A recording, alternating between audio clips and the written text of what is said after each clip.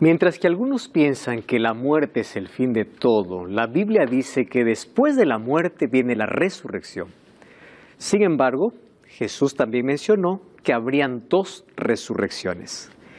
¿Cuál es la diferencia entre la primera y la segunda resurrección? Está comenzando tu programa Biblia Fácil. Y nos da mucha alegría una vez más saludarte a ti que estás viendo este programa, agradecerte porque ahora mismo juntos vamos a colocar nuestra vida y también vamos a dedicar este tiempo para profundizar nuestro conocimiento en las mayores promesas y en la mayor esperanza que Dios tiene para nuestra vida. Bienvenido una vez más, un grande abrazo para ti, nuestro cariño para ti, gracias por entrar en contacto con nosotros, contarnos tu experiencia, solicitar el curso bíblico. Ya sabes que puedes solicitar el curso totalmente gratis, el curso Enseñanzas de Jesús. Solamente tienes que enviarnos un WhatsApp al más 5512-98-100-1460. Hay muchas personas que ya solicitaron el curso y nos están acompañando con ese estudio fascinante de las enseñanzas de Jesús. Gracias una vez más por formar parte de esta familia que estudia la Biblia. Y gracias a todos los que están participando aquí en esta temporada número 14 de Biblia Fácil. Hoy vamos a hablar qué cosa es lo que sucede después de la muerte. Para poder comprender este tema, las personas pueden visitar nuestro capítulo anterior donde hablamos acerca de la muerte, porque hoy hablaremos sobre la resurrección, que es lo que la Biblia nos enseña que acontecerá después que una persona muere. Entonces, si la muerte es comparada como un sueño, despertar de ese sueño en la Biblia sería resurrección. Y ese tema fascinante vamos a comprenderlo hoy. Y como siempre tenemos el hábito y la costumbre de poder orar para que Dios pueda guiarnos en el estudio de su palabra. Querido Dios, gracias porque junto a miles de personas que están viendo este programa, estamos listos para poder estudiar tu palabra. Y queremos que coloques en nuestro corazón esperanza, salvación, que hoy podamos comprender acerca de la resurrección. Aquella esperanza gloriosa que tenemos, porque sabemos que la muerte no tiene la última palabra, no es el punto final. Es apenas una pausa en nuestra existencia, mas hoy queremos comprender por qué existen dos resurrecciones. Tu Santo Espíritu nos ilumina en este estudio, en el nombre de Jesús. Amén. Hoy vamos a hacer un breve repaso de aquello que nosotros ya vimos en el programa anterior. Sin embargo, vamos a encontrar algunos detalles o vamos a añadir algunos detalles para ver lo que Jesús enseñó sobre la resurrección. ¿Qué cosa es la resurrección? Hay un texto que es extraordinario. Allí en el libro de Salmos 116, 15, dice así: estimada es a los ojos de Jehová la muerte de sus santos. Aquí ya hablamos quién es un santo. Santo no es aquel que nunca peca. Santo es aquel que aprende a caminar con Jesús diariamente. Y Él es quien santifica, y Él es quien transforma, y Él es quien nos fortalece. Una persona que camina con Dios, dice la Biblia, estimada es a los ojos de Jehová la muerte de sus santos.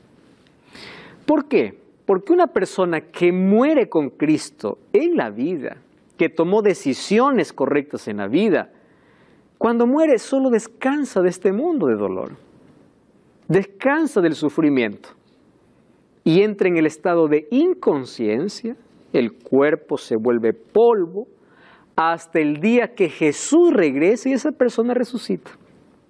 Y resucita ahora para una eternidad sin dolor, sin más sufrimiento.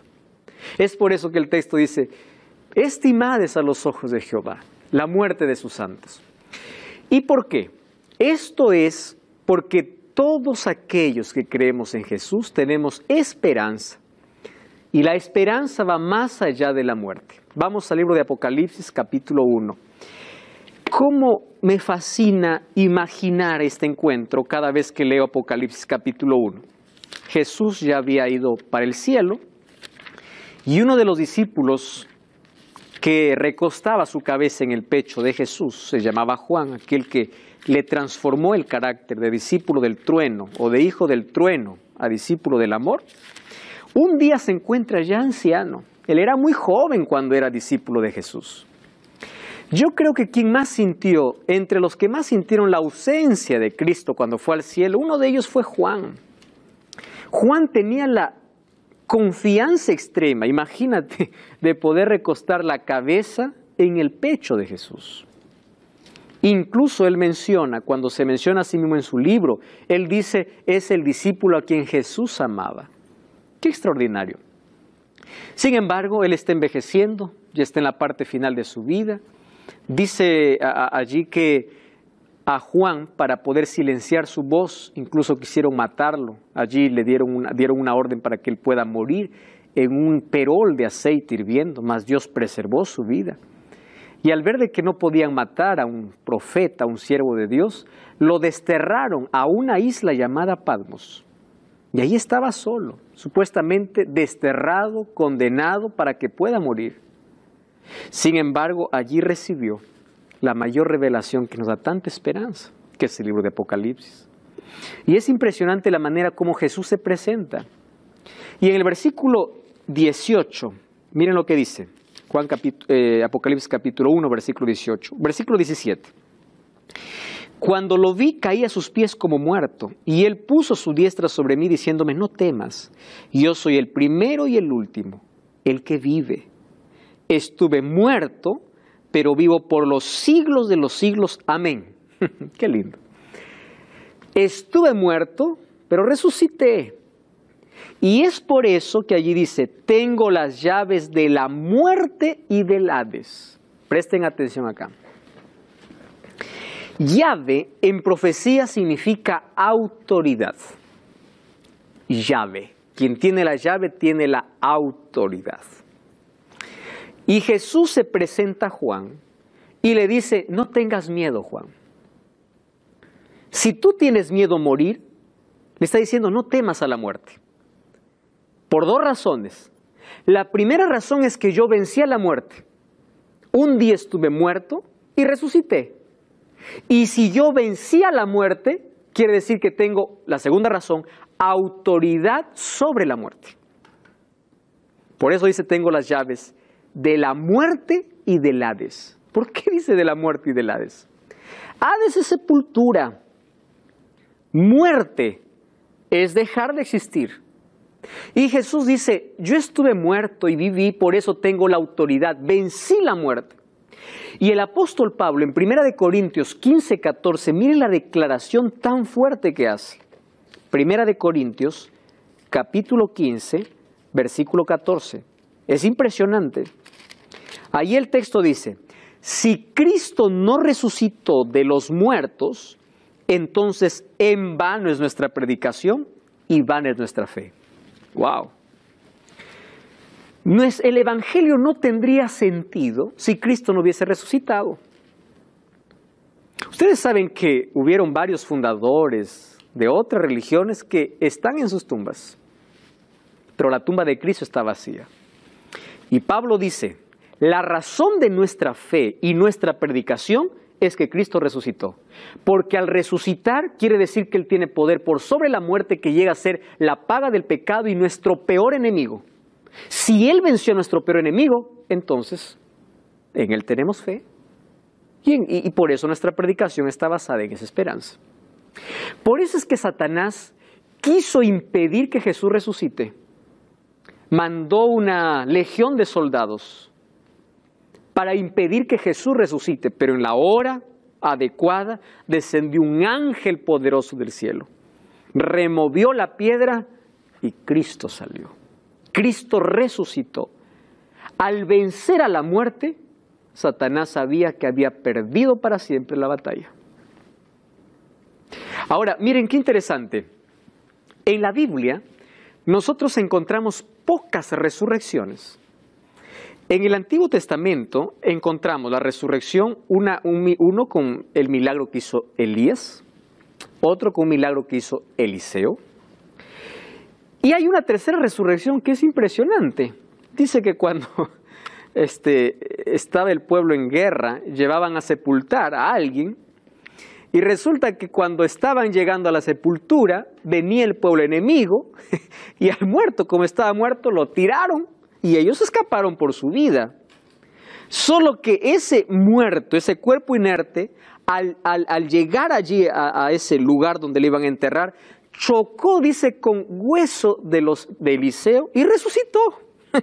Es un asunto impresionante. Está en el libro de Segunda de Reyes, capítulo 13, versículo 21. Resucitó. Es la tercera vez que se habla de una resurrección en el Antiguo Testamento. Y en el Nuevo Testamento encontramos 6 resurrecciones. Encontramos que Jesús resucita al hijo de la viuda de Naín. Encontramos que Jesús resucita a Lázaro. Encontramos que Jesús resucita a la hija de Jairo. Encontramos que Jesús resucita a un grupo de personas cuando Él resucita para llevarlos como primicia. Encontramos al apóstol Pablo resucitando a un muchacho que se cayó de una ventana llamado Eutico. Encontramos a Pedro resucitando a una mujer llamada Tabita. Todos los registros de resurrecciones, ¿correcto?, que encontramos allí en la Biblia. Ahora, es interesante que la resurrección entonces es una realidad y Jesús habló sobre la resurrección. Solo que, hablando del estado de todos los que murieron, estas ocasiones de las cuales mencioné son situaciones específicas donde hubo milagros y hubo resurrección. Pero hablando de la condición de todos, de la situación de todos los que murieron, Jesús habló de 2 tipos de resurrecciones. Juan 5:28 dice: no os maravilléis, vendrá la hora cuando todos los que están en los sepulcros. En el capítulo anterior dijimos, una persona que muere está en el sepulcro. No está en el purgatorio, no está en el infierno, no está... Y de paso, la palabra infierno significa sepultura en la Biblia, ¿correcto? No está en el paraíso. Dice, los que están en los sepulcros oirán su voz. Los que hicieron lo bueno saldrán a resurrección de vida, los que hicieron lo malo, resurrección de condenación. Cristo pagó el precio de nuestra redención y su victoria sobre la muerte asegura nuestra victoria. Por eso hasta podemos cantar y decir, si Él vive hoy, yo puedo creer en un futuro, en el mañana, ¿verdad? ¿Cuándo ocurrirá la primera resurrección y quiénes resucitarán? Solo vamos a recordar algunas cosas aquí. Por ejemplo, 1 Tesalonicenses 4:16 dice, el mismo Señor con voz de mando, con voz de arcángel y con trompeta de Dios, descenderá del cielo y los muertos en Cristo resucitarán primero. Este texto nosotros leímos ya en algunos programas anteriores que se refiere a la segunda venida de Jesús. Cuando Jesús venga entonces con todos sus ángeles, dice que habrá un sonido de trompeta y voz de mando. Y con trompeta de Dios, los muertos en Jesús resucitarán. ¿Qué significa morir en Cristo? Aquel que entregó su vida a Jesús y su vida descansa en las manos de Cristo. Él tendrá parte entonces en la primera resurrección. La primera resurrección entonces corresponde ¿a quién? A los que son salvos. Ellos resucitan en la primera resurrección que ocurre cuando Cristo regresa. Maribel. ¿Todas las personas que murieron van a resucitar en Cristo o solamente ellos nomás o todas las personas van a resucitar? Muy bien. Estamos hablando de 2 resurrecciones. En la primera resurrección resucitan aquellos que murieron en Cristo. Y ahora vamos a ver qué sucede con las personas que murieron sin Cristo. Ellos van a formar parte de una segunda resurrección. En esta primera resurrección quiere decir que resucitan aquellos que son salvos. ¿Correcto? Ellos participan de esta primera resurrección. Miren, y esta es nuestra razón de existir en la vida. ¿De qué sirve, por ejemplo, tener tantos logros en la vida si finalmente nos vamos a perder? Yo creo en lo siguiente. Nuestra vida debe ser tan simple y sencilla, así. Nuestra mayor preocupación o nuestro mayor logro en la vida es tener a Cristo en la vida. Todo lo demás viene solamente para poder caminar en la vida con sencillez, con alegría, sin preocuparnos por tanta pomposidad. Y esto no quiere decir que dejemos de soñar, dejemos de proyectos, no, porque los sueños, los proyectos son parte de la vida, nos motivan a seguir. Lo que quiero decir es que nuestro interés en las cosas de aquí nunca deben estar por encima de las cosas de Dios. ¿Por qué? Imagínate, estás en el mejor momento y mueres. Te desvelaste, hiciste tanto, te desgastaste, moriste. Morir sin Cristo sí es tragedia, porque no formas parte de la resurrección. Entonces, ¿qué ganaste? Nada, perdiste todo. Absolutamente todo. Ahora, nosotros podemos alcanzar tantos logros en la vida con Cristo y aún así ganar la vida eterna. Por eso, debemos estar preparados para morir porque la muerte no avisa, pero para morir en Cristo. Esa debe ser siempre nuestra consigna. Wilfrido. Sí, quería nomás que me aclares si morir en Cristo significa morir, o sea, caminando con Cristo, o de repente alguien me hace decir, ¿verdad?, aceptar a Cristo y no camino con Cristo. Gracias.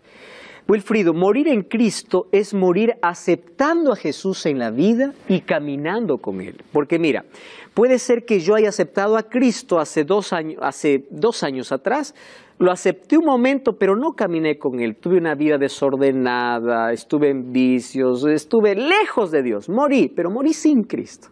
No morí en Cristo. Morir en Cristo es aceptarlo como mi Salvador y caminar con Él.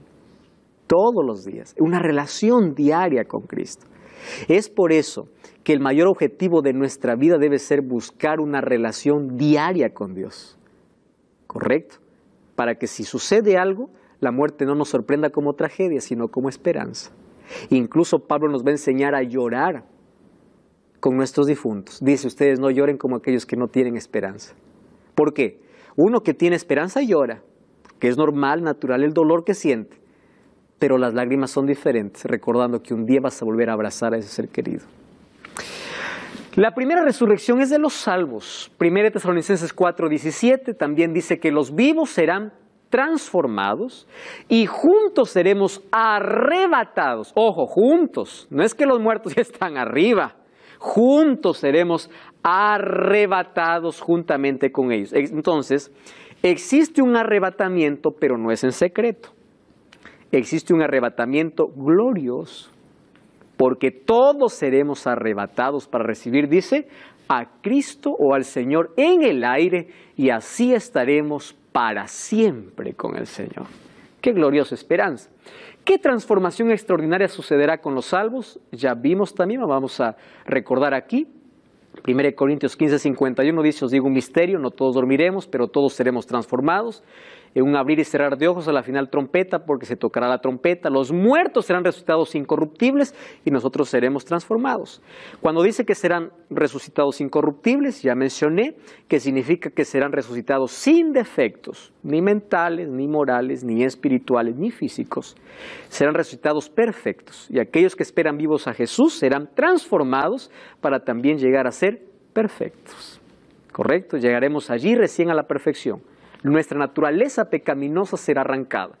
Es necesario que lo corruptible se vista de incorrupción, lo mortal de inmortalidad. ¿Cuándo somos inmortales? Seremos inmortales cuando Cristo regrese. Allí tendremos un cuerpo glorificado. Y es interesante, a partir de allí no habrá más envejecimiento, sino seremos eternamente jóvenes. Interesante, ¿no? Una eternidad madura. La eternidad reserva tantas sorpresas, pero una persona alcanzará la plenitud de su madurez y así será eternamente. Ahora, ¿qué más nosotros podemos ver aquí? Los salvos serán entonces glorificados, ¿correcto? Cuando ellos resucitan. Ahora, el hecho de que sean transformados no significa que pierden ciertos rasgos o ciertas características, porque en el cielo sí conoceremos a las personas. Conoceremos.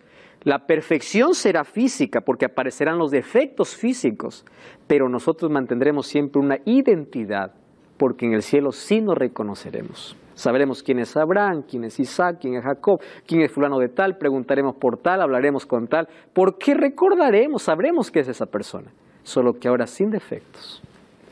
Ahora fíjese, ¿cuándo ocurrirá la segunda resurrección? Apocalipsis 20:5. Ahora vamos a abrir la Biblia porque, mire, este texto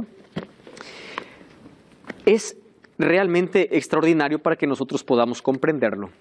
Es aquí donde muchos también han colocado una interpretación extraña sobre la Biblia. Apocalipsis capítulo 20, versículos 5 y versículo 6. ¿Correcto? Apocalipsis 20, 5 y 6. ¿Quién tiene el texto? Por favor, Florencia. Pero los otros muertos no volvieron a vivir hasta que se cumplieron 1000 años. Esta es la primera resurrección. Ok. Bienaventurado y santo el que tiene parte en la primera resurrección. La segunda muerte no tiene potestad sobre estos, sino que serán sacerdotes de Dios y de Cristo y reinarán con él 1000 años. Gracias. ¿De qué habla aquí? De 2 resurrecciones. ¿Y qué dice? Bienaventurados los que resucitan, ¿cuándo? En la primera. ¿Por qué? Porque la segunda muerte ya no tiene poder. Ojo, está hablando de 2 resurrecciones y también de 2 muertes. ¿Cuál es la segunda muerte? La muerte eterna. Porque hoy nosotros podemos morir, pero no eternamente. ¿Correcto? Podemos morir y después resucitar y vivir para siempre con el Señor. Pero la muerte eterna está reservada para ¿quiénes? No reservada. Es la condenación para ¿quiénes? Para aquellos que no resucitan en la primera. Porque en la segunda resurrección resucitan por un momento, volverán a morir, pero eternamente. Esa es la segunda muerte. Cuando Jesús vino a pagar nuestra condenación de pecado, vino para librarnos de la segunda muerte, que es la muerte eterna. Porque finalmente todos seguimos muriendo a pesar de que Jesús murió. Es que la primera muerte es una consecuencia natural del pecado, pero la segunda muerte es una elección. Uno decide. Ahora fíjense, dice que hay un periodo de 1000 años entre la primera y la segunda resurrección. La segunda resurrección entonces, ¿de quién es? De los perdidos. Cuando Jesús regresa, ocurre la primera resurrección. Mientras los santos van al cielo por 1000 años, eso en Apocalipsis lo vemos, es extraordinario ver ese tema. Y de paso te invito a ver Biblia Fácil, Apocalipsis, puedes encontrar con detalles sobre lo que harán los justos en esos 1000 años. Y después de los 1000 años, dice Apocalipsis 21, que desciende la santa ciudad y ocurre una segunda resurrección. Solo que esta segunda resurrección es de aquellos que están perdidos, de aquellos que no resucitaron cuando Jesús vino por segunda vez. ¿Y para qué entonces resucitan? Recuerden que en la Biblia hay un texto que dice, toda rodilla se doblará delante de Dios. Ellos mismos reconocerán las oportunidades que perdieron y dirán, Señor, justo eres. Nosotros merecemos el castigo. Y allí vendrá entonces el castigo para ellos, que es la muerte eterna. ¿Correcto? Vamos a ver con más detalles. ¿Qué sucederá con los impíos que resucitaron? Wow. Nuevamente, vamos a Apocalipsis capítulo 20. Cada vez esto se pone más intrigante e interesante. Miren, Apocalipsis capítulo 20, versículo 7 al versículo 10. Apocalipsis 20, 7 al 10. Claudia, ¿tienes el texto? Toma el micrófono, por favor. Cuando los 1000 años se cumplan, Satanás será suelto de su prisión y saldrá a engañar a las naciones que están en los 4 ángulos de la tierra, a Gog y a Magog, a fin de reunirlos para la batalla, el número de los cuales es como la arena del mar. Wow. Sigue, versículo 9. Y subieron sobre la anchura de la tierra y rodearon el campamento de los santos y la ciudad amada. Y de Dios descendió fuego del cielo y los consumió. Y el diablo que los engañaba fue lanzado en el lago de fuego y azufre, donde estaban la bestia y el falso profeta, y serán atormentados día y noche por los siglos de los siglos. Amigos, hoy sí nos colocamos en un texto que para muchos puede ser tan complicado. Vamos por lo más sencillo, de ahí vamos a lo más difícil, ¿está bien? ¿Qué es lo más sencillo de aquí de entender? Que después de los 1000 años, ¿quién es suelto? El diablo. ¿Significa que el diablo está encadenado? Recordemos que Apocalipsis es un libro simbólico, por ser profético. Y dice que, si encadenado significa que él no tiene poder para engañar. ¿Por qué? Porque aquellos que estaban vivos cuando Jesús vino y eran los impíos, murieron. Y los muertos impíos no resucitaron. Entonces, como el diablo no tiene a quien engañar, está prisionero. No tiene a quien engañar. ¿Correcto? Número 2, será suelto de prisión. ¿Por qué será suelto de prisión? Porque ahora tiene gente a quien engañar. Porque después de los 1000 años ocurre una segunda resurrección. Y en esta segunda resurrección, dice así, versículo 7, ¿verdad? Saldrá para engañar a las naciones en los 4 ángulos de la tierra, Gog y Magog. ¿Qué significa Gog y Magog? Gog y Magog es un término simbólico, así como Babilonia es símbolo de confusión espiritual en el libro de Apocalipsis. Gog y Magog eran ciudades enemigas del pueblo de Dios en el Antiguo Testamento. Pero aquí Gog y Magog representa a los enemigos de Dios o a los enemigos del pueblo de Dios. ¿Correcto? ¿En qué sentido? Representa a todos los perdidos, que se levantan a hacer guerra ¿contra quién? Contra aquella ciudad que está descendiendo. Y dice que Satanás los reúne para la batalla. ¡Wow! ¿Qué batalla? Esta batalla es la última mentira que Satanás presenta para todos los perdidos. Y dice, nosotros somos más. Vamos a pelear y vamos a vencer a aquellos que son unos pocos. No son como nosotros. Y cuando se reúnen, dice, subieron por la anchura de la tierra, rodearon el campamento de los santos, que era la ciudad amada, y allí descendió fuego y los consumió. Ahora, fíjense un detalle. Dice que el número de ellos era como la arena del mar. Millones de personas que representan a los perdidos. Wilfrido. Sí. 2 preguntas. La primera es, ¿Satanás sabe que está perdido? Sabe. Y si él sabe que está perdido, bueno, ¿cuál sería el objetivo de su última mentira si total van a morir Exacto. todos igual? Exacto. Es el último manotazo de perdido que da.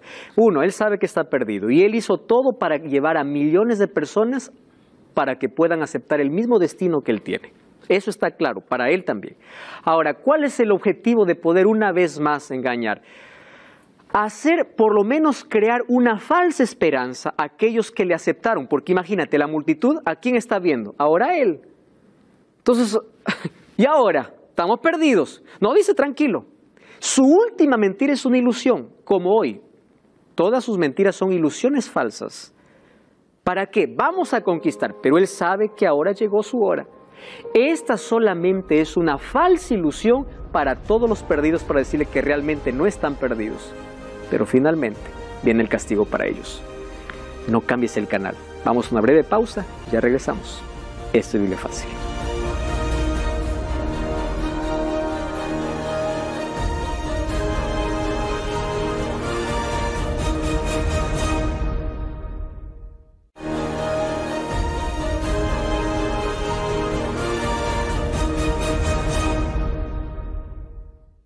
Este es tu programa Biblia Fácil y gracias allí por estar conectado como siempre cada semana. Hoy estamos hablando acerca de la resurrección y dijimos que entre la primera y la segunda resurrección hay un periodo de 1000 años.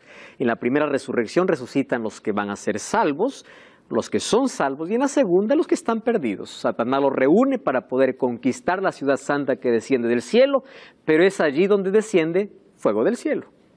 Solo que allí tenemos otros detalles. Primer detalle es que el número de ellos es como la arena del mar. Imagínense, ahí está desde Caín, toda la humanidad que está perdida. Pero también están los salvos desde Adán, ¿verdad? Ahora fíjense, descendió fuego del cielo y los consumió. El diablo, ojo aquí, que los engañaba fue lanzado al lago de fuego y azufre donde está la bestia y el falso profeta y serán atormentados día y noche por los siglos de los siglos. Esta es la palabra que para muchos causa terror y hacen ver que Dios es un Dios sádico. Hoy les voy a explicar qué significa tormento de día y de noche. ¿Correcto?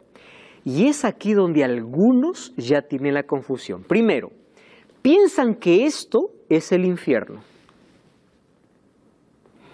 Y es más, piensan que a este infierno van cuando mueren. Ustedes escucharon personas decir, fue malo, estaré en el infierno, quemándose estará. Porque así dice la Biblia. Están tomando un texto descontextualizado. ¿Por qué? Fíjense aquí. En la Biblia, la palabra infierno aparece como 4 palabras. La palabra Sheol, que significa sepulcro, sepultura, infierno o abismo. Aparece 62 veces en el Antiguo Testamento. ¿Qué es infierno? Lugar donde van los muertos. ¿Correcto? En el concepto bíblico. Número 2.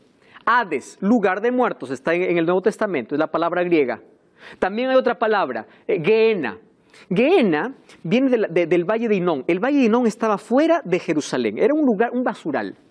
Allí botaban la basura todos los días, incluso dice que había muertos, de aquellos que ya sus familiares no les daba importancia, los cuerpos eran colocados en el basural. Y como era un basural, había fuego día y noche. De ahí viene la palabra Gehenna. Incluso de allí es traducida en algunas versiones como infierno, tomando aquella imagen. ¿Correcto? Y viene la palabra tártaros, que significa oscuro, abismo de prisión, en 2 de Pedro 2:4, que representa ángeles que están en tinieblas morales. Ojo, infierno, entonces, en la Biblia, no es un lugar de tormento. ¿Qué cosa es infierno? Sepultura. ¿Correcto? Ahora, número 2. ¿Existirá un lago de fuego? Sí, pero no ahora. ¿Cuándo será? En el futuro. Y ese lago de fuego está reservado ¿para quién? Para los impíos. Pero aquí viene el otro concepto. ¿Los impíos van a estar sufriendo eternamente? Muy buena pregunta. Y allí viene la teología del miedo. Yo sirvo a Dios porque no quiero estar en el infierno. ¿Qué es infierno? Sepultura. Correcto.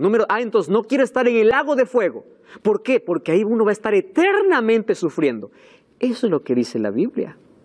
Vamos a ver. Acompáñenme entonces. Apocalipsis es escrito en un lenguaje simbólico. ¿Están de acuerdo conmigo? Simbólico. Préstenme atención aquí a los detalles que voy a decir. ¿Qué tipo de Dios es este que yo les voy a mostrar ahora? ¿Cuál es el carácter de Dios? Dios es amor. ¿Estamos de acuerdo?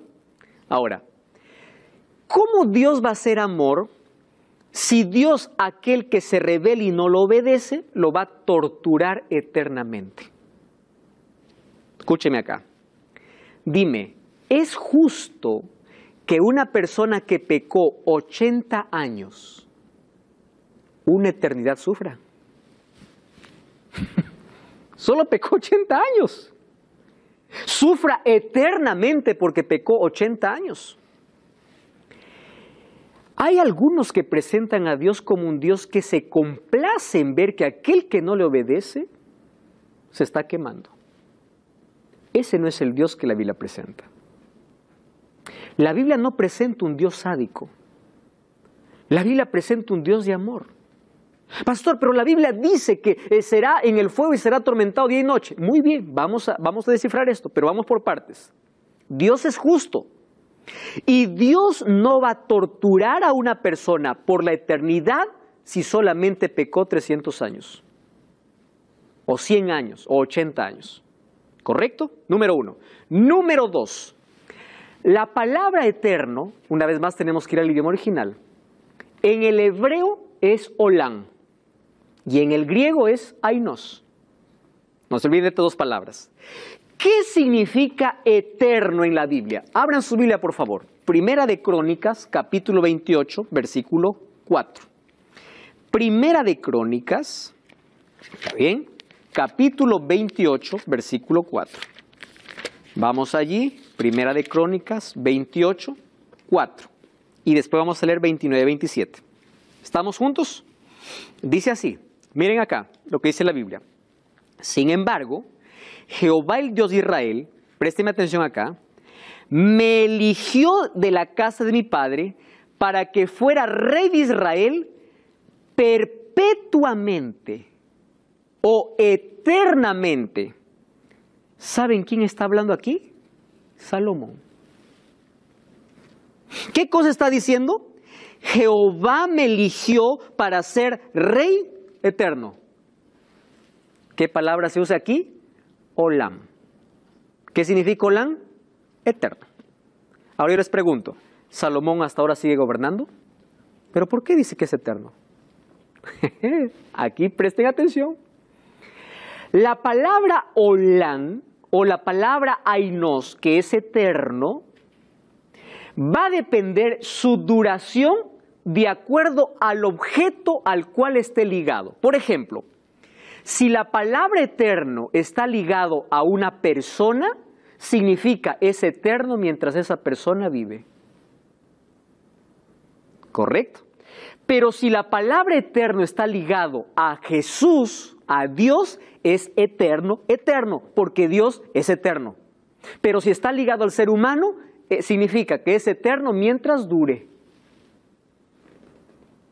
Claro, Salomón fue eternamente rey, porque él fue rey hasta que murió. Él fue eternamente, pero fue eterno mientras él vivió. ¿Están comprendiendo aquí la primera comprensión de la palabra? Entonces, miren, en el libro de Mateo capítulo 25 dice así: Dios enviará a los de su derecha a la vida eterna y a los de su izquierda al fuego eterno. Ojo, se está repitiendo la palabra eterno, eterno. Presten atención aquí. La vida eterna, ¿a quién está ligado? A Dios. Entonces es eterna, eterna, sin fin. Pero el fuego eterno está reservado ¿para quién? Para el pecador. ¿Qué significa? Que es eterno mientras él dure.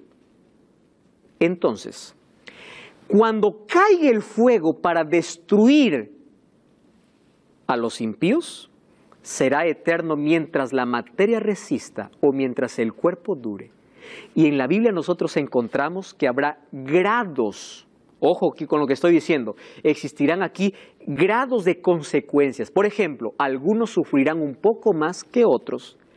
El último en ser, o el que demora más en ser quemado, será Satanás y sus ángeles. Pero los seres humanos serán castigados de acuerdo a su rebelión, a su rebeldía. Mientras el cuerpo dure, algunos serán difuminados rápidamente. Eterno. ¿Eterno en qué? Eterno en consecuencias. ¿Me entienden aquí? La palabra eterno significa acabó con el cuerpo y el fuego hizo una eternidad de aquella consecuencia. Algunos pueden decir, no, pastor, eso yo no lo creo. Vamos a otro texto. ¿Puede ser? Vamos a Judas. Judas está un libro antes de la Biblia. No es el Judas Iscariote, por si acaso, es otro Judas. Un libro antes de Apocalipsis, perdón, les dije creo de la Biblia. Antes de Apocalipsis está Judas. Capítulo 1, versículo 7. Sodoma y Gomorra y las ciudades vecinas, las cuales de la misma manera que aquellos habiendo fornicado e ido en pos de vicios contra la naturaleza, fueron puestas por ejemplo, sufriendo, ¿qué cosa dice? El castigo, ¿qué castigo dice? Eterno. Ahora les hago una pregunta. Sodoma y Gomorra hasta ahora sigue ardiendo. ¿Pero por qué dice eterno? Eterno mientras duró la materia. ¿Comprenden qué cosa es eterno? Entonces, ¿existe fuego para los impíos? Sí. De esa manera será destruida y la tierra será purificada con fuego. Lago de fuego existe, pero no un tormento eterno, por otra razón. Présteme atención. Para que una persona pueda ser atormentada eternamente, tiene que vivir eternamente. ¿Están de acuerdo conmigo, sí o no? ¿Quién puede ser atormentado eternamente si está muerto? No. Para ser atormentado eternamente hay que vivir eternamente. Y la Biblia dice que los pecadores no tienen vida eterna. Los únicos que tienen vida eterna, ¿quiénes son? Los que aceptan a Cristo. Entonces, si la vida eterna es solamente para los que están en Cristo, significa que los pecadores no tienen vida eterna, entonces no pueden ser atormentados eternamente. Porque para ser atormentado eternamente habría que vivir eternamente. ¿Sí o no? Juan 3:16, ¿qué cosa dice? Porque de tal manera amó Dios al mundo que dio a su Hijo unigénito para que todo aquel que en él cree no se pierda, mas tenga vida eterna. Y aquel que no acepta a Jesús no tiene vida eterna. Y si no tiene vida eterna, ¿cómo va a ser atormentado eternamente? Por eso la doctrina del miedo, que es la doctrina del infierno eterno, de que una persona cuando muere va al fuego va a sufrir por toda la eternidad, desvirtúa el carácter de Dios. Miren, vamos a Mateo 11, les voy a dar otra razón. Me encanta esto, Mateo capítulo 11, versículo 21, dice así: ay de ti, Corazín, ay de ti, Betsaida, si en Tiro y en Sidón se hubieran hecho los milagros que han sido hechos en vosotros, hace tiempo que se hubiesen vestido de ceniza y se hubiesen arrepentido. Pero os digo que, miren lo que dice, en el día del juicio será más tolerable el castigo para Tiro y Sidón que para vosotras. ¿De qué está hablando? De que algunos sufrirán más que otros. Pero nadie sufrirá eternamente.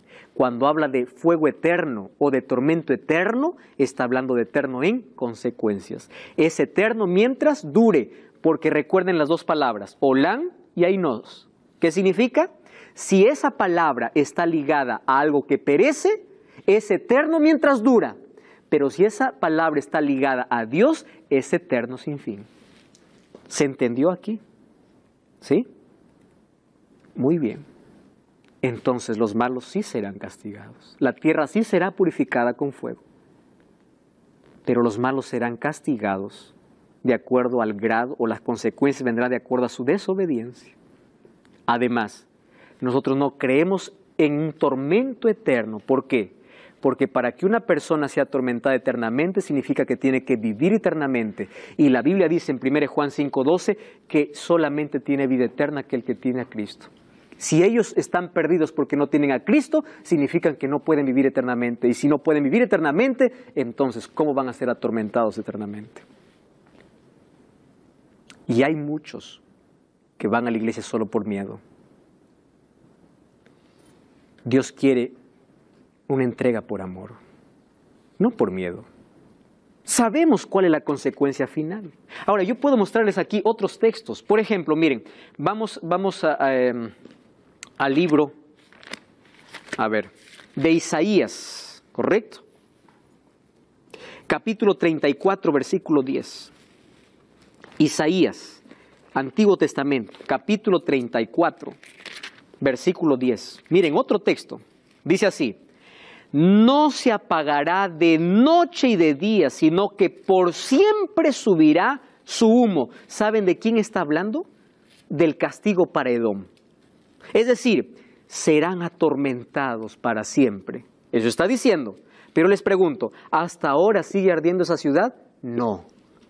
¿Eterno en qué? En consecuencias. Eterno mientras la materia duró. La Biblia es clara cuando habla sobre este aspecto. ¿Correcto? ¿Está claro para nosotros el asunto de fuego, del lago eterno, de tormento eterno, de infierno también? Muy bien. Entonces, si eso está claro, entonces podemos ahora continuar. ¿De dónde vino la doctrina del tormento eterno? No es bíblica. ¿Saben cuándo apareció? En la Edad Media. ¿Saben por qué apareció esa doctrina? Como tipo de presión psicológica para conseguir indulgencias, obediencia y apoyo para la Inquisición. Recuerden eso, que antes se vendían indulgencias, es decir, se vendía el perdón. Y le decía, si tú no pagas una indulgencia, vas a parar en el fuego eterno y vas a estar ardiendo para siempre. Y la gente por miedo tenía que pagar una indulgencia. Queridos, ¿qué sucederá con este planeta después de la destrucción de los impíos? Apocalipsis 21 dice, vi un cielo nuevo y una tierra nueva, el primer cielo y la primera tierra pasaron, y el mar ya no existe. Yo, Juan, vi la santa ciudad, la nueva Jerusalén, descender del cielo, dispuesta como una esposa ataviada para su marido. Queridos, la tierra será transformada para siempre. El mal no se levantará por segunda vez. ¿Saben por qué no se levantará por segunda vez? Porque ya hubo un antecedente y ya se sabe cuáles fueron las consecuencias. Nunca más se levantará el mal. Oí una voz del cielo que decía, el tabernáculo de Dios con los hombres morará con ellos, ellos serán su pueblo, Dios mismo será su Dios, enjugará Dios toda lágrima, todo aquello que nos causa sufrimiento habrá pasado para siempre. Un día tendremos victoria sobre la muerte. Un día las lágrimas se terminarán y se terminarán para siempre. Esta es la tumba de un padre cristiano que tuvo que enterrar a su hijo en una silla de ruedas, mientras él estaba en una silla de ruedas. Y él colocó allí una imagen encima de su tumba. Y allí colocó la imagen de un niño sin silla de ruedas, porque él creía en una resurrección. Y en esa resurrección, él resucitaría ya sin necesidad de una silla de ruedas, porque todos los defectos físicos habrán pasado. Todas nuestras lágrimas que hoy derramamos porque enterramos a un ser querido, un día se acabará para siempre. Un día abrazaremos a los seres que perdimos. Un día abrazaremos a los hermanos, a los familiares que perdimos. Pero nuestro mayor gozo será un día poder encontrarnos con Jesús y abrazarlo a Él, y será para siempre. Nosotros tenemos esperanza en la resurrección porque Cristo venció la muerte y Él resucitó. Por eso un día todos los muertos resucitarán. Pero nosotros decidimos en cuál de las dos resurrecciones estar. ¿En la primera o en la segunda? Esa es una decisión. ¿Tú escuchaste la historia de una mujer que cuando iba a morir llamó al pastor y le dijo: pastor, yo quiero preparar mi funeral en vida. Quiero que se cante tal himno, se lea tal versículo, que me vistan de mi vestido más hermoso, pero quiero dos cosas más. En mi mano izquierda quiero que ponga mi Biblia. Hasta ahí todo estaba bien, el pastor estaba anotando, pero le dijo algo más. Quiero que en mi mano derecha ponga un tenedor. Y el pastor se asustó y dijo: ¿pero por qué un tenedor? Y él le dijo: mire, pastor, toda la vida cuando estaba en la iglesia y había reuniones sociales, yo era quien llevaba el postre. Y cuando todos terminaban de almorzar, yo pasaba por todos los asientos diciendo: guarda tu tenedor, porque lo mejor está por venir. Y lo mejor era el postre que llegaba. Y la gente cuando me veía ya sabía que tenía que guardar su tenedor, porque cuando a mí me veía, sabía que yo traía lo mejor. Y si alguien pregunta en mi funeral por qué llevo un tenedor en la mano, recuérdeles a todas las personas que la muerte no acabó conmigo. Lo mejor está por venir. Y lo mejor es una resurrección. Guarda tu tenedor. Guarda tu fe. Aférrate a Cristo. Lo mejor está por venir. Cristo está a las puertas. Él tiene poder sobre la muerte. Él te ama. No importa si le da la espalda, no importa tu condición, no importa cuán manchado estás. Él te ama y Él te quiere dar vida. Y hoy abre sus brazos para decirte: acepta la vida. ¿De qué sirve tanto logro que puedas tener en la vida cuando finalmente te vas a perder? Acepta a Cristo. Él es vida. Aquel que cree en Jesús vive para siempre. Muy pronto el dolor terminará. Mientras tanto, solo esperamos un poquito más. Probablemente estés perdiendo la fuerza, estés perdiendo la fe, estés perdiendo la esperanza, estés perdiendo el sentido de vivir. Querido, espera un poquito. Muy pronto la noche pasará. Un nuevo día llegará. La esperanza, esa esperanza hoy puede estar en tu corazón.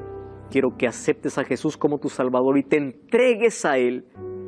Recuerda, lo mejor aún no ha llegado. Lo mejor está por venir. Por eso acepta a Jesús, entrégate a Él, porque pronto un nuevo amanecer llegará. Y tú formas parte de aquel gran día.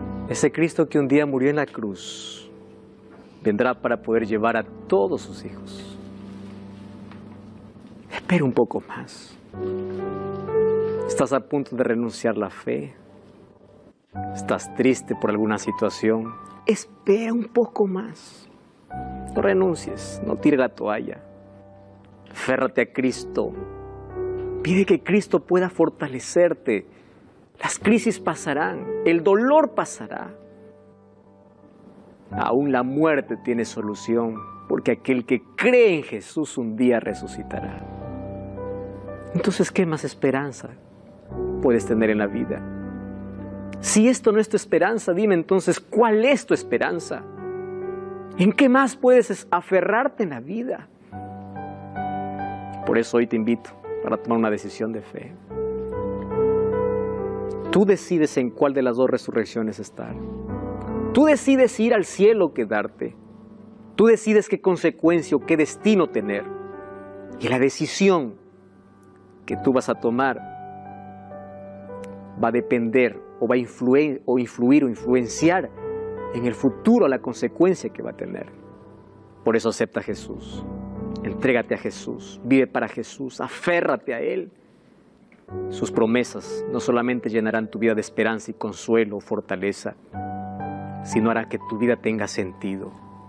Que un día podrás enfrentar la muerte de manera diferente, sabiendo que pronto Cristo vendrá y todos los sepulcros se abrirán. Y felices aquellos que forman parte de la primera resurrección. Queremos prepararnos nosotros y también entregar nuestra vida a Jesús. Lo queremos hacer. Vamos a orar. Querido Dios, gracias porque hoy una vez más nos dices, espera un poco más, yo estoy yendo para buscarte. Y probablemente no estamos preparados aún para ir contigo. Mas hoy queremos aferrarnos de tu mano. Queremos que tu esperanza puedas colocar en nuestro corazón, que puedas consolar a los afligidos, que puedas dar fortaleza a los desanimados, mas que todos podamos prepararnos para aquel gran día. Hoy queremos vivir contigo por la eternidad. Toma nuestra vida en el nombre de Jesús. Amén.